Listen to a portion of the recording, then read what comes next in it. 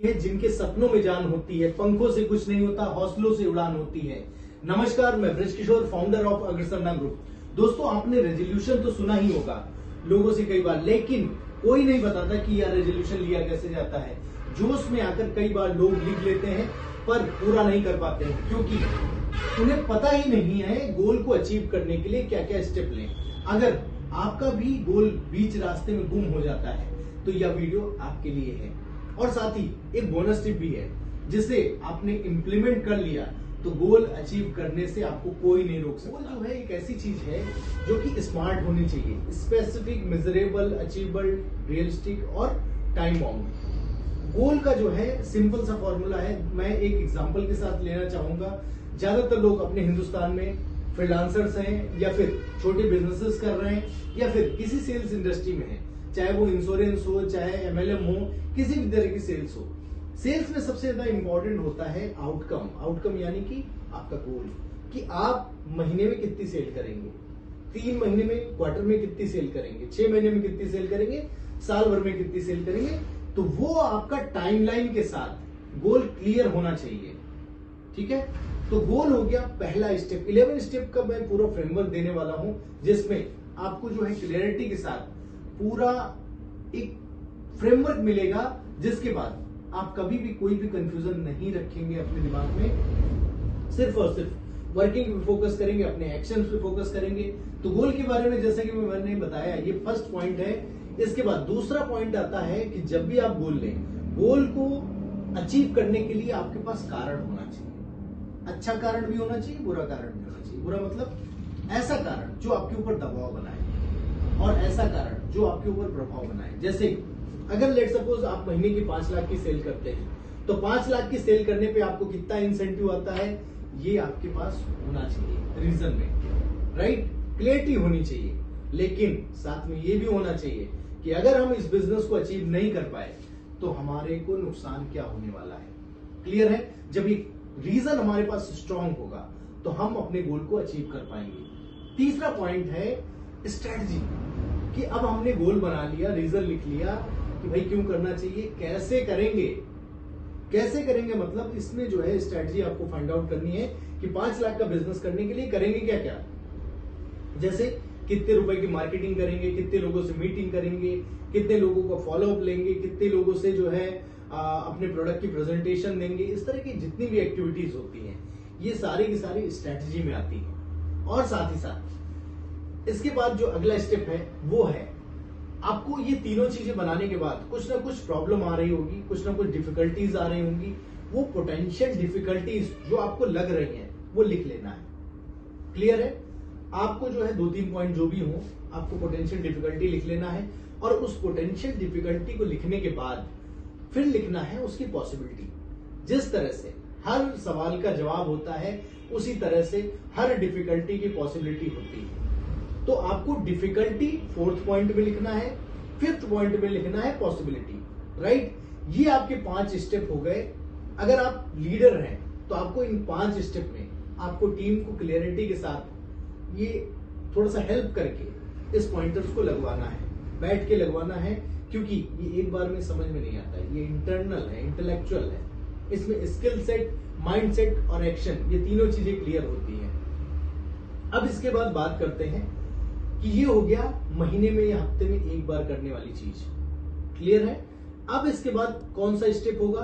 छठा स्टेप, आपका डेली का टास्क। आप टास्क की शेड्यूलिंग करेंगे। ये डेली बेसिस पे होता है। जब आप टास्क की शेड्यूलिंग करेंगे तो आपके मन में क्लियरिटी आ जाएगी कि गोल के लिए हमें एक्चुअल में टास्क शेड्यूल क्या करने हैं। फिर आप अपने गोल ओरिएंटेड जो है डेली बेसिस पे टास्क शेड्यूल करोगे, और आप देखोगे आपकी दिन की प्रोडक्टिविटी बहुत हाई हो जाएगी। तो टास्क शेड्यूल करना है, प्रायोरिटाइज करना है, और उसके बाद फिर अगले स्टेप पे जो कि है हमारा 7वां पॉइंट, वो क्या है? आपको जो है शाम को लिखना है उस टास्क का स्टेटस, उस पे अचीवमेंट क्या क्या हुई है, उसके रिमार्क लिखते हैं। ठीक है? सुबह हमने टास्क शेड्यूल किए थे, शाम को जो है टास्क अचीव्ड, कितने टास्क अचीव हुए, क्या क्या मैंने किया, वो सारे पॉइंटर्स लिखने हैं 7वें स्टेप में। और 8वें स्टेप में क्या लिखना है? 8वें स्टेप में आप हफ्ते में तीसरे दिन जितनी तेजी से आप जो है अपने आप को इम्प्रूव करना चाहते हो, उतनी तेजी से आप अपने आप को रिव्यू करो। हो सके तो डेली करिए। क्या करिए? अपने आप को रिव्यू करिए। और अगर आपके सीनियर हैं जो आपको ट्रैक करते हैं, कई लोग फ्रीलांसर्स होते हैं जो अपने आप ड्राइव होते हैं, कुछ लोग होते हैं जिनके बिजनेस ओनर्स होते हैं, जिनके सीनियर्स होते हैं, किसी से हेल्प ले रहे होते हैं, तो आप उनका ओपिनियन लिखिए कि सर मुझे क्या और इम्प्रूव करना चाहिए, आपके हिसाब से क्या इसमें ठीक है, क्या नहीं ठीक है। अपने ओपिनियन और रिमार्क्स लिखने हैं। ये 8वां पॉइंट हो गया। और 9वां पॉइंट हो गया, आपको लिखना है रेटिंग, कि आपने जो टास्क लिए थे और जो अचीव किए हैं वो कितने % अचीव किए हैं, या फिर 10 में से कितनी रेटिंग में अचीव किए हैं। तो इस तरह से जब आप रेटिंग लिखते हैं अपने वर्किंग को लेकर के, अपने दिन की प्रोडक्टिविटी को लेकर के, तब आप अपने आप को मेजर कर पाते हैं। और जब आप मेजर कर पाते हैं एक्चुअल में, तभी आप इंप्रूव कर पाते हैं। इसके बाद अगला जो हमारा पॉइंट है, 10वां पॉइंट, वो है इंप्रूवमेंट साइकिल। जब भी हम कोई भी काम करते हैं तो उसमें गलतियां भी होती हैं, कुछ अच्छी चीजें भी होती हैं, और उसको सुधार करने के बहुत सारे मन में आइडियाज आते रहते हैं। मनुष्य के दिमाग में पूरे दिन में लगभग 72,000 से ज्यादा विचार आते हैं, आइडियाज आते हैं। और ये आइडियाज किस तरह के होते हैं? जिस चीज पे व्यक्ति फोकस होता है उस समय उस तरह के आइडियाज और विचार पूरे दिन में आते रहते हैं। तो यहाँ पर आपको जो है इन विचारों को कैप्चर करना है। पहली चीज तो जब आप इम्प्लीमेंटेशन करेंगे तो समझना है कि आपने जो भी काम किया है उसमें अच्छा क्या क्या है आपके साथ में। आप इसको दिन में भी कर सकते हैं, स्टार्टिंग में अगर फास्ट करना चाहते हैं, बाकी वीकली भी कर सकते हैं। इसको इंप्रूवमेंट साइकिल बोलते हैं बेसिकली। WWW यानी कि व्हाट वेंट वेल, क्या अच्छा हुआ, इसको लिखेंगे। इसके साथ में ये 3-4 पॉइंट जो भी आपके दिन में अच्छा हुआ वो लिख लीजिए। और इसके बाद दूसरा पॉइंट है WWW यानी कि व्हाट वेंट रॉन्ग, क्या गलत हुआ, उसको भी लिख लीजिए कि कौन कौन सी चीजें हमसे गलतियां हुई हैं जिनको लिखना ही होगा आपको, क्योंकि अगर लिखेंगे नहीं तो इंप्रूव नहीं कर पाएंगे। अब उसके बाद जो भी गलतियां लिखी हुई हैं उसके सामने लिखिए WCBI। WCBI पे आप वहां पर नोट डाउन कर दीजिए, अगर ये मिस्टेक हुई है तो इसको कैसे सुधारा जा सकता है। What could be improve, basically आपको जो है हर प्रॉब्लम के सामने जो दिक्कतें हुई हैं, जो चैलेंजेस आए हैं, जो चीजें सही नहीं हुई हैं, उसके सामने सोल्यूशन लिखना है कि इसको हम कैसे इंप्रूव कर सकते हैं। ये 10 पॉइंट हो गए। और 11वां पॉइंट बड़ा ही लाजवाब है। कहते हैं कि अगर आप जीवन में ग्रेटफुल नहीं है तो आप ग्रेटफुल हैं। इसका मतलब क्या हुआ? ग्रेटफुल होना बहुत जरूरी है। इसके बारे में एक और कहावत कही जाती है कि जब ऐसी कौन सी चीज है आपके जीवन में, मतलब किसी भी व्यक्ति के पास ऐसी कौन सी चीज है जिसके पास वो है तो सब मिल जाए, और जिसके पास वो नहीं तो सब छिन जाए। पता है क्या है? वो है ग्रेटिट्यूड, मतलब कृतज्ञता होना। अगर आप लोगों के प्रति कृतज्ञ रहते हैं, आपके लिए लोग बहुत कुछ करते हैं, तो अगर आप उनके लिए थैंकफुल रहते हैं, आप उनको थैंक यू बोलते हैं, आप हमेशा उनके प्रति कृतज्ञ रहते हैं, आप उस चीज का एहसास कराते रहते हैं कि आप कितना इंपॉर्टेंस रखते हैं हमारे जीवन में, तो ये समझ लीजिए लोग आपको आगे बढ़ाना चालू कर देंगे। लोग आपसे लगाव रखेंगे, आपकी ग्रोथ में रुचि रखेंगे कि हमारी वजह से जो है आप जो है बहुत सारे आपके जीवन में परिवर्तन आ रहा है, उसके लिए आप हमेशा कहते भी हैं।